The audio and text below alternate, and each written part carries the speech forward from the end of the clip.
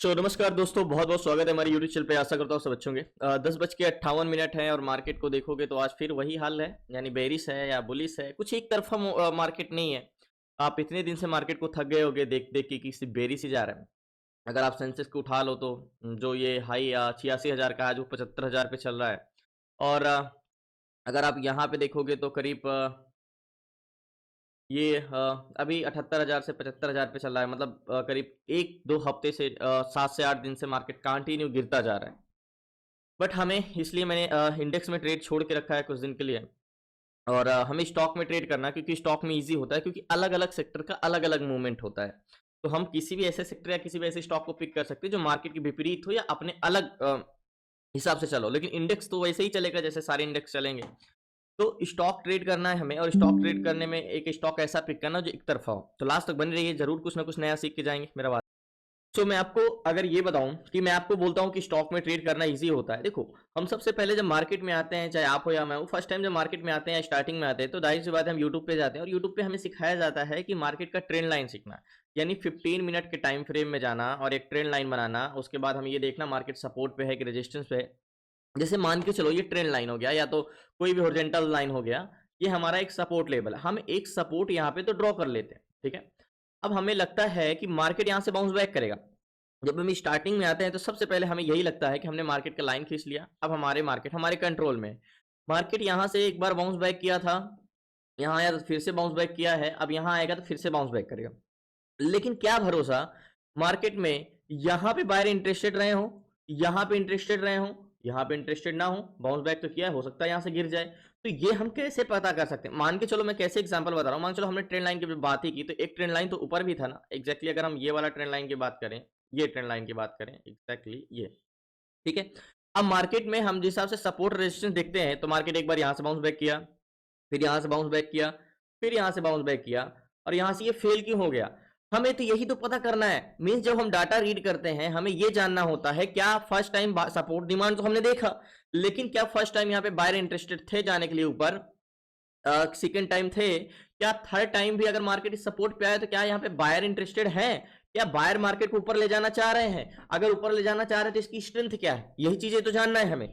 Trend line एक अलग हो जाती है, मेन चीज होता है हमारा डाटा, यानी स्ट्रेंथ पहचानना, डायरेक्शन पहचानना। मैं आपसे को एक से बोलता हूं कि आपकी स्टॉक में 10 में से 8 ट्रेड जाएंगे प्रॉफिट में, मेरा वादा है आपसे। तो ऐसे नहीं बोल देता हूँ, जाहिर सी बात है। मैं कुछ देख के ही बोलता हूँ। देखो, प्राइस एक्शन सिर्फ हमें सीखना, प्राइस एक्शन समझना, प्राइस एक्शन पे क्लास लेना, ये बहुत बड़ी बात नहीं है। प्राइस एक्शन आप भी कुछ दिन प्रैक्टिस करोगे तो चीजें पकड़ में आ जाएगी। Inverted hand and shoulder pattern, head and shoulder pattern, और V shape swing, W pattern, और बहुत सारे डबल बॉटम पैटर्न और डबल टॉप पैटर्न्स, ये जितने भी पैटर्न्स है ये एक हिंट है। अगर आप किसी चीज के हिंट लेना चाह रहे हो कि ठीक है, अगर मेरा डाटा निगेटिव है वहां पे डबल टॉप पैटर्न बना दिया तो हम बहुत अच्छे तरीके से ट्रेड कर सकते हैं। अगर हमारा डाटा पॉजिटिव है वहां पे inverted head and shoulder pattern बना दिया तो हम वहां पे अच्छे से ट्रेड कर सकते हैं। लेकिन सिर्फ हम हेड एंड शोल्डर पैटर्न देख के ट्रेड करें ये पॉसिबल नहीं। सिर्फ हम इन्वर्टेड हेड शोल्डर पैटर्न देख के ट्रेड करें ये नहीं। इसको हम मतलब पैटर्न हो या प्राइस एक्शन, हम कितना परसेंट प्योरिटी देंगे? ओनली ऑन 10% प्योरिटी है, बस सिर्फ 10%, सिर्फ वे है चलने का, रास्ता है। अगर मुझे पता है ये स्टॉक इधर जाएगा तो अगर इधर जाएगा तो मैं इस स्टॉक में ट्रेड कब लूंगा, टारगेट क्या रखूंगा, टारगेट कितना बड़ा रहेगा छोटा रहेगा, ये हमारा डाटा डिसाइड करेगा। लेकिन एग्जैक्ट टारगेट लाइन क्या रहेगी वो हमारा प्राइस सेक्शन डिसाइड करेगा। लास्ट तक बने रहिए। तो फाइनली जैसे मैं बात करता हूं डाटा, डाटा है क्या एक्चुअली में? जैसे हम इंडेक्स में देखते हैं बैंक निफ्टी, निफ्टी में आपको हर वीडियो स्टॉक में कोई सिमिलरिटी वीडियो, कॉमन वीडियो होती है, कोई बहुत बड़ा डिफरेंस नहीं होता हर वीडियो में। जाहिर सी बात है थोड़ा बोर होगी, लेकिन हर वीडियो में अगर आप डीप में समझो तो कुछ ना कुछ मैं नया बताने की कोशिश कर रहा हूं जिससे आपको स्ट्रेंथ डायरेक्शन पकड़ना में आ जाए। अब हम बैंक निफ्टी की जब बात करते हैं तो बैंक निफ्टी में आप लोग को आपको क्या बताया जाता है? जितने भी ऑप्शन चेन का बहुत सारे सेमिनार करते हैं या बहुत सारे क्लासेस देते हैं, आपको किस बेस में सबसे ज्यादा ऐसा लगाया जाता है कि ऑप्शन चेन में कुछ नहीं, बस यही है, option change in ओवाई change in ओवाई दिखाया जाता है। लेकिन चेंज इन ओवाई है क्या एक्चुअली में? पीसीआर जो आप बोलते हो वही तो चेंज इन ओवाई हुआ, यानी पुट सेलर और कॉल सेलर में कितने चेंजेस हुए, आपको वॉल्यूम के बारे में बताया जाता है। लेकिन कोई ये नहीं बताता कि वॉल्यूम महत्व तो है, लेकिन तब महत्व है जब वो कॉन्ट्रैक्ट ग्रीन हो। ये वॉल्यूम है 19,80,900 और ये वॉल्यूम है 19,51,800। तो वॉल्यूम किस साइड का ज्यादा है? 30,000 कॉल साइड का वॉल्यूम ज्यादा है कंपेरिजन टू पुट साइड। तो वॉल्यूम तो कॉल साइड का ज्यादा है, लेकिन हम किस साइड के वॉल्यूम का महत्व देंगे? ये वॉल्यूम हमारा इस साइड का महत्व है। इस साइड का कोई महत्व नहीं है। तो ये कोई नहीं बताता कि ग्रीन या रेड से क्या मतलब है। ये मेन चीज होता है, मेन इंपॉर्टेंस होता है। अब हम बात करते हैं कि क्या हमें स्टॉक को ट्रेड करने के लिए क्या देखना जरूरी होता है। हमारे पास 245 स्टॉक है, 245 स्टॉक में हम जैसे श्री सीमेंट को हम लगाते हैं। श्री सीमेंट कैसा स्टॉक है? 875 and 475 put buyer and call buyer, 2900 call seller and 2445 put buyer put seller है। ये स्टॉक में कॉल बायर कितने ज्यादा है? 875 एंड पुट बायर 475। लेकिन क्या फिर भी मैं इस पे कॉल सेट का ट्रेड नहीं ले सकता? क्यों? क्योंकि कॉन्ट्रैक्ट क्लोज है, इसमें हम ट्रेड नहीं कर सकते। क्यों? ये बोथ साइड मूवमेंट करेंगे। स्ट्रेंथ तो है बुलिश, लेकिन गिराया जा रहा है नीचे, तो कहीं से भी सपोर्ट पाके रिवर्स करेगा। अब ये चीज आपको कोई नहीं बताएगा कि कॉन्ट्रैक्ट ग्रीन है कि रेड है। अब सीरीज सीमेंट में आप चाहे डबल बॉटम देखो, चाहे आप डबल टॉप देखो, चाहे हेड एंड शोल्डर या इन्वर्टेड हेड शोल्डर या कितनी भी कैंडल्स आप देख लो, ये काम आने वाली। सिर्फ आप इस पे ट्रैप होगे, सिर्फ और सिर्फ आप जाके इस पे ट्रैप होगे सीरीज सीमेंट पे। मैं क्यों कह रहा हूं, आप मैं आंखों से देख लीजिए। मैंने इसको चार्ट तो अभी लगाया, लेकिन अगर आप देखोगे, मैंने एक चीज आपको स्टार्टिंग में क्या बोला, ये स्टॉक जाना ऊपर जा रहा है लेकिन गिराया नीचे जा रहा है, यानी जबरदस्ती गिराया जा रहा है। लेकिन इसकी स्ट्रेंथ किस साइड की है? बुलिश है। तो ये स्टॉक देखो, खुला गैप अप, नीचे गिराया गया, लेकिन बार बार कोशिश कर रहा है ऊपर जाने के लिए, फिर नीचे गिराया जा रहा है, बार बार कोशिश कर रहा है, बार बार कोशिश, मतलब क्या कर रहा है? कंसोलिडेशन कर रहा है। अब यहाँ पे कोई पैटर्न काम करने वाला नहीं है, क्योंकि इसको जबरदस्ती रोक के रखा गया, ये नीचे गिरना नहीं चाह रहा। क्या आपको ये चार्ट देख के फील नहीं होता? बार बार कोशिश कर रहा है, बार बार कोशिश कर रहा है ऊपर जाने के लिए, लेकिन ये जाना नहीं। अब बहुत से लोग, आप क्या करोगे, अब आपको नहीं पता तो आप क्या देखोगे? यार ट्रेंड लाइन, रेजिस्टेंस है क्या बना दिया है? ऊपर बना दिया है एक हेड एंड शोल्डर पैटर्न। जब हेड एंड शोल्डर पैटर्न बनाता है तो हमें बहुत सारे लोगों ने ये बताया है कि मार्केट बेरिश जाता है, तो हम क्या इस पे बेरिश ट्रेड कर सकते हैं? पैटर्न्स को मानो तो कर सकते हैं, टाटा को मानो तो बिल्कुल नहीं कर सकते। क्यों? क्योंकि इसमें स्ट्रेंथ कहां है? बेरिश बिल्कुल भी स्ट्रेंथ नहीं है, ये कंसोलिडेशन करेगा। तो यहां पे हेड एंड शोल्डर क्या होगा? फेल होगा, 100% फेल होगा। अगर यहीं पे स्ट्रेंथ वेरिस होता तो हेड एंड शोल्डर तो पैटर्न बनाया तो बहुत अच्छी चीज हो जाती। तो यही चीज तो मेन समझाना चाह रहा हूं आपको कि हेड एंड शोल्डर मेन नहीं है। अब यहाँ पे अगर आप प्राइस एक्शन का नॉलेज रखते हो, जो भी आपको बोलता है कि हेड एंड शोल्डर कहीं भी दिखे तो ट्रेड कर लो, मैं कहता हूं ये हेड एंड शोल्डर फेल होगा। हो सकता है यहीं पे रहे, या स्टॉक ऐसा रहेगा, या तो कंसोलिडेशन करेगा ऐसे, या तो ऊपर जाएगा, बस। क्योंकि कॉन्ट्रैक्ट बेरिस ग्रीन है और वेलोम कॉल साइड का है। तो अब हमें मेन क्वेश्चन मार्क ये है, जाहिर सी बात है सबसे बड़ा क्वेश्चन यही होता है, हर वीडियो में बताता हूं कि इंट्राडे के लिए स्टॉक सिलेक्शन। ठीक है, आपने बोला कि ये स्टॉक बेरिस है, मान के चलो हर एक स्टॉक का यानी डाटा का आपको क्राइटेरिया पता होना चाहिए कि कितना क्या वॉल्यूम होता है, कितना क्या ओआई होता है, कितना क्या चेंज इन पीसीआर होता है। अधिकतर वॉल्यूम पॉजिटिव स्टॉक में, नेगेटिव पीसीआर होते हैं, नेगेटिव स्टॉक में पॉजिटिव पीसीआर होते हैं। बट होना चाहिए, अगर हमारा अगेंस्ट पीसीआर है तो वो कितना अगेंस्ट होना चाहिए, उसकी लिमिट क्या है, यही चीज है। तो हमें 245 स्टॉक में मींस हमें डाटा देखना आता है कि हम क्या डाटा होना चाहिए। बट तब भी एक तो क्वेश्चन मार्क और है कि हमें एक एक स्टॉक सिलेक्शन करना चाहिए। तो सबसे पहले मैंने आपको एक सीट्स दिया है, लास्ट तक बन रही है, जैसे हम यहाँ पे जाते। तो फाइनली जैसे हमने बोला कि जैसे मैंने आपको बोला है कि हमने एक सीट्स देखा या कुछ भी देखा है, और हमें 245 स्टॉक में हमें एक स्टॉक ऐसे पिक करना है जो सबसे अच्छा हो, सबसे बेस्ट हो। तो पहले तो हमें ये देखना है कि सेक्टर का क्या हाल है। अगर आप देखोगे तो आज कोई सेक्टर चल रहा है तो फार्मा सेक्टर, बाकी मेटल, और मेटल भी ठीक ठाक चल रहा है। मेटल में अगर देखोगे तो बहुत कुछ खास नहीं है, कंसोलिडेशन ही है, जेएसएल, और कोई खास नहीं है कोई। 6 पॉजिटिव 7 नेगेटिव, ऑयल गैस सब, मतलब सारे सबसे आईटी सेक्टर सबसे ज़्यादा गिरा है। अगर आप आईटी सेक्टर को देखो तो persistence, Mphasis, LTTS, एलटीआईएम, Coforge, Wipro सबसे ज़्यादा गिरे हुए स्टॉक हैं। तो अगर हम यहाँ पे बात करें, एक बार यहाँ पे देखते हैं कि हमें अगर देखना है कि सबसे अच्छे सीपीआर स्टॉक कितने, मतलब अगर जैसे मैंने बोला ना कि स्ट्रेंथ किस स्टॉक में सबसे ज़्यादा स्ट्रेंथ है, तो हम यहाँ पे क्लिक करते हैं तो हमें वो स्टॉक मिलते हैं जिसमें सबसे ज़्यादा स्ट्रेंथ है। एक अबाउट इंडिया में है जिसमें सबसे ज़्यादा स्ट्रेंथ है, और एक है एल्केम में जिसमें 4.47 की स्ट्रेंथ है एल्केम में, लेकिन सीपीआर पीसीआर बहुत डाउन है। तो एक बार एल्केम को हम यहाँ पे देखते हैं कि स्ट्रेंथ तो सबसे ज़्यादा इसमें है, सेकेंड नंबर पे है, लेकिन क्या इसका सीपीआर बढ़ रहा है? पीसीआर भी गिर रहा है एंड सीपीआर भी गिरा हुआ है। तो एल्केम में बढ़ जरूर रहा है, लेकिन हम ट्रेड नहीं कर सकते, क्योंकि यहाँ पे सीपीआर अगर हल्का ऊपर जा रहा होता साथ साथ और पीसीआर भी सपोर्ट ले नहीं रहा है, तो फिर इस पर ट्रेड करने का कोई मतलब नहीं है, रिवर्सल कर जाएगा।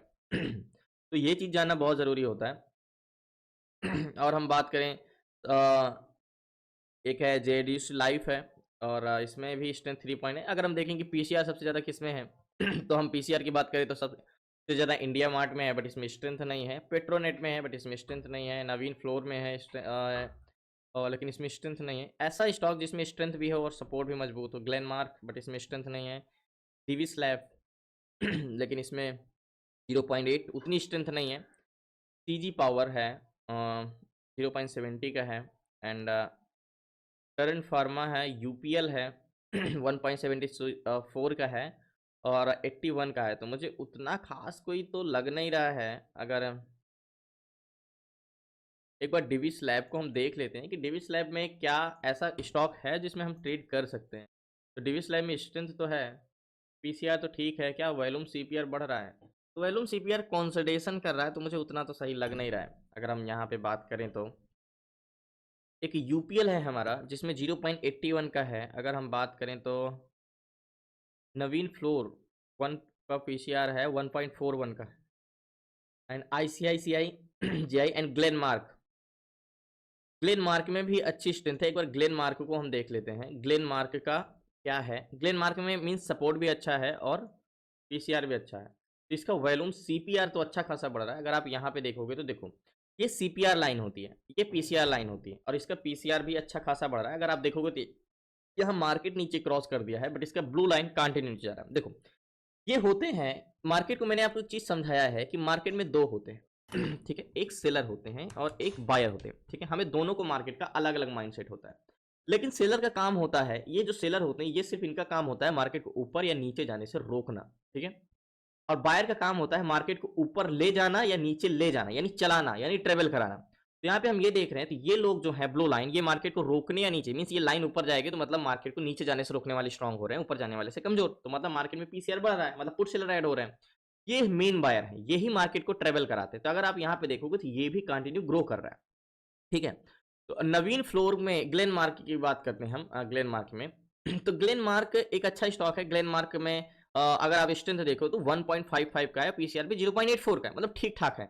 तो एक बार हम ग्लेन मार्क को यहाँ पे एग्जैक्टली देखेंगे। ग्लेन मार्क का कॉन्ट्रैक्ट भी ग्रीन है, उतना नहीं, 38,000, 24,000, 7,900 ठीक है, लेकिन उतना भी अच्छा नहीं है। लेकिन आज मार्केट पूरा का पूरा नेगेटिव है। अगर आप मार्केट देखने जाओगे तो मार्केट पूरा आपको नेगेटिव लग रहा है। तो ऐसे में पॉजिटिव ट्रेड बनाना थोड़ा सा वो है, तो इसलिए स्टॉक उतना सही मिल नहीं रहे। तो ग्लेन मार्क को अगर हम देखें तो एग्जैक्टली ये ग्लेन मार्क, ठीक है। अब ये स्टॉक खुला तो यहाँ पे है, चल रहे हैं 1378 और 1320 पे खुला था। मार्केट तो मूवमेंट कर चुका है।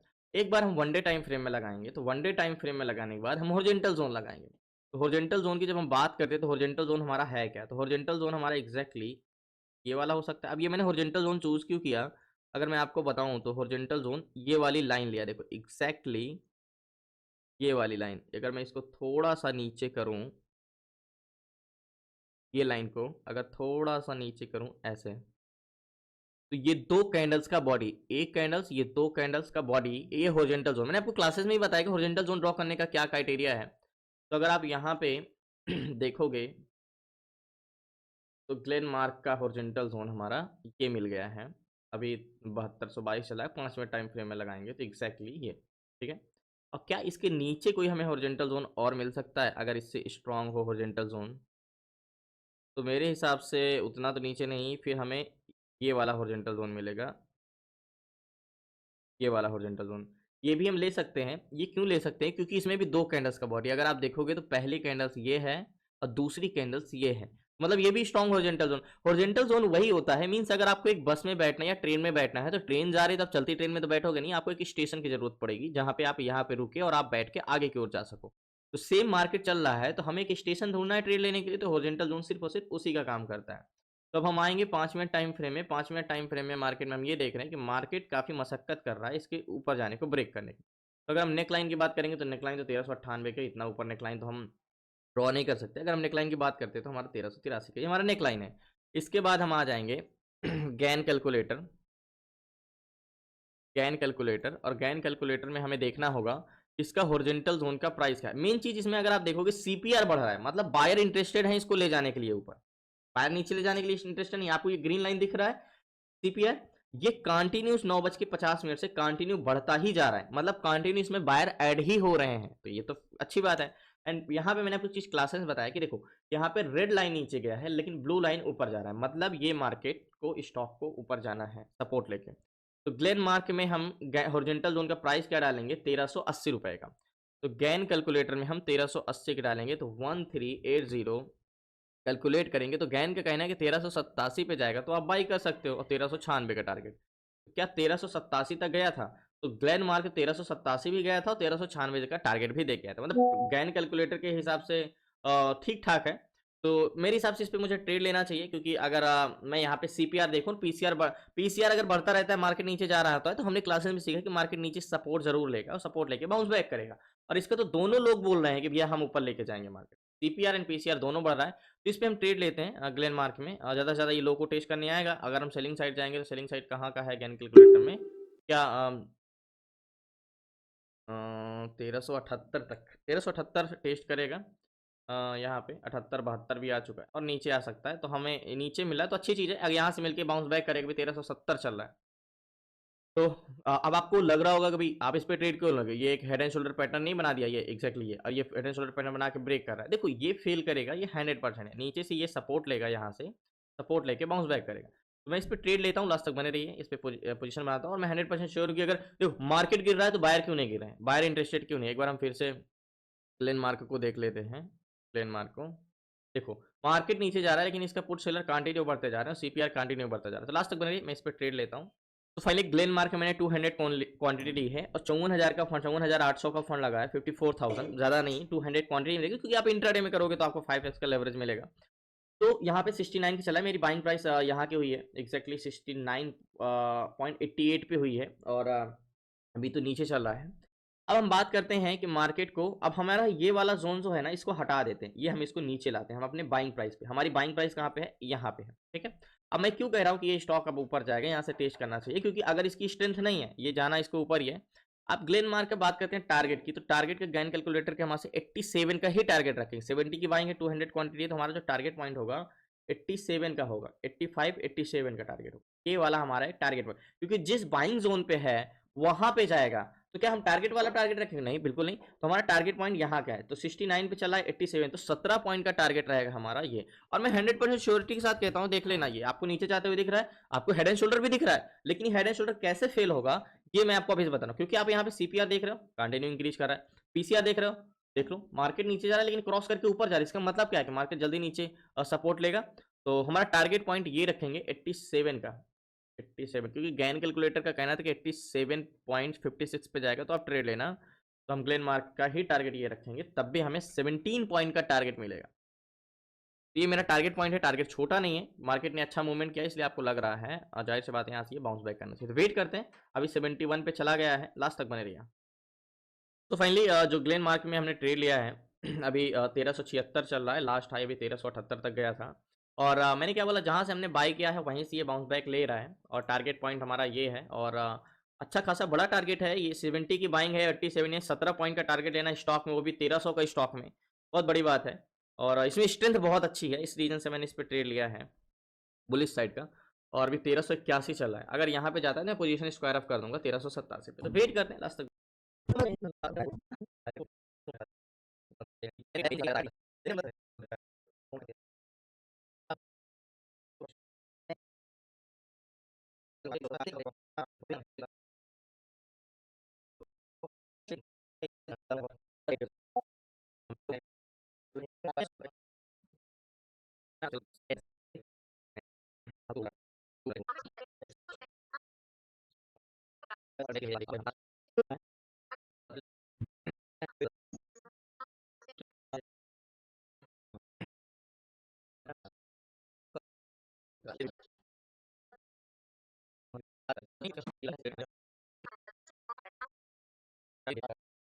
तो फाइनली 8784 लास्ट हाई 85 तक गया है, यानी थोड़ा सा ही टारगेट बचा हुआ है। तो वेट करते हैं, लास्ट तक बने रहिए।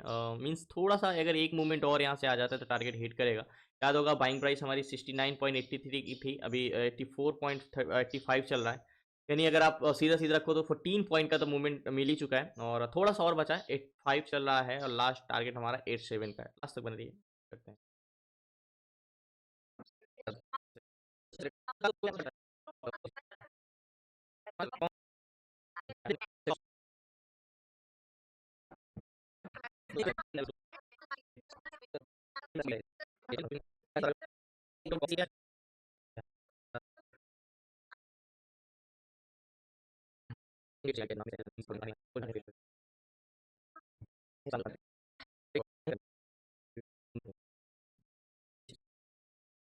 तो फाइनली जो मैंने ट्रेड लिया है यहाँ पे लास्ट हाई 86.88 तक गया था, बट यहाँ पे पोजीशन स्क्वायर ऑफ नहीं कर पाया था, बट नीचे फिर से आ गया। बट इसमें स्ट्रेंथ तो बुलिश है, तो ये जाना इसको ऊपर ही है। तो यहाँ पे थोड़ा सा टेस्ट करेगा, अभी 77 तक आ गया तो फिर से जाएगा, बट यहाँ पे एग्जिट कर देना चाहिए था, बट तुरंत टेस्ट करके नीचे आ गया, तो इसलिए एग्जिट नहीं कर पाया। तो फिर